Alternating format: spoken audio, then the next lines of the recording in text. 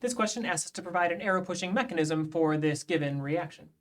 This is a radical reaction, so we'll go through an initiation and a propagation sequence. So let's start there. Our initiation sequence for this reaction starts with hydrogen peroxide undergoing a homolytic bond cleavage to break the oxygen-oxygen bond. So the bond will break and one electron will go to each oxygen. That will give us 2 hydroxyl radicals.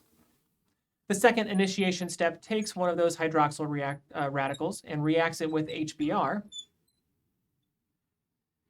where the hydroxyl radical will do a hydrogen atom abstraction. We'll take 1 electron from oxygen, 1 electron from the former HBr bond to form a new oxygen-hydrogen bond, and we'll take the remaining electron from that sigma bond and give it to bromine. That will form Br dot and water as a byproduct. The propagation sequence for this reaction will start with our alkene starting material and Br dot. Br dot will add to the alkene to give the most stable radical intermediate possible. So we'll take 1 electron from the alkene and 1 electron from Br dot to form a new carbon-bromine bond.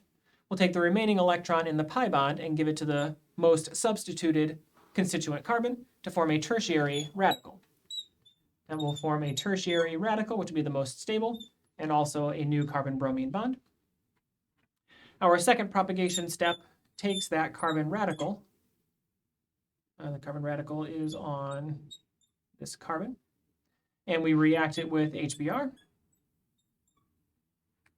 We'll take the carbon radical, we'll take the 1 electron from the radical, 1 electron from the HBr bond to form a new carbon-hydrogen bond.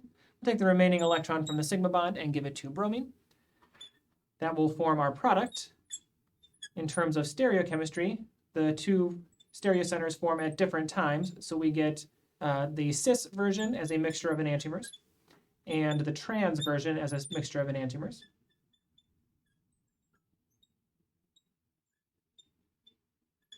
And also we get Br dot to renew the propagation sequence and keep the chain reaction going over and over again.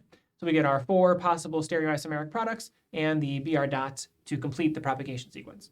This would conclude with a series of possible termination steps. I'm not going to list all of those out here, but this will be the main mechanism for the formation of this product under radical conditions.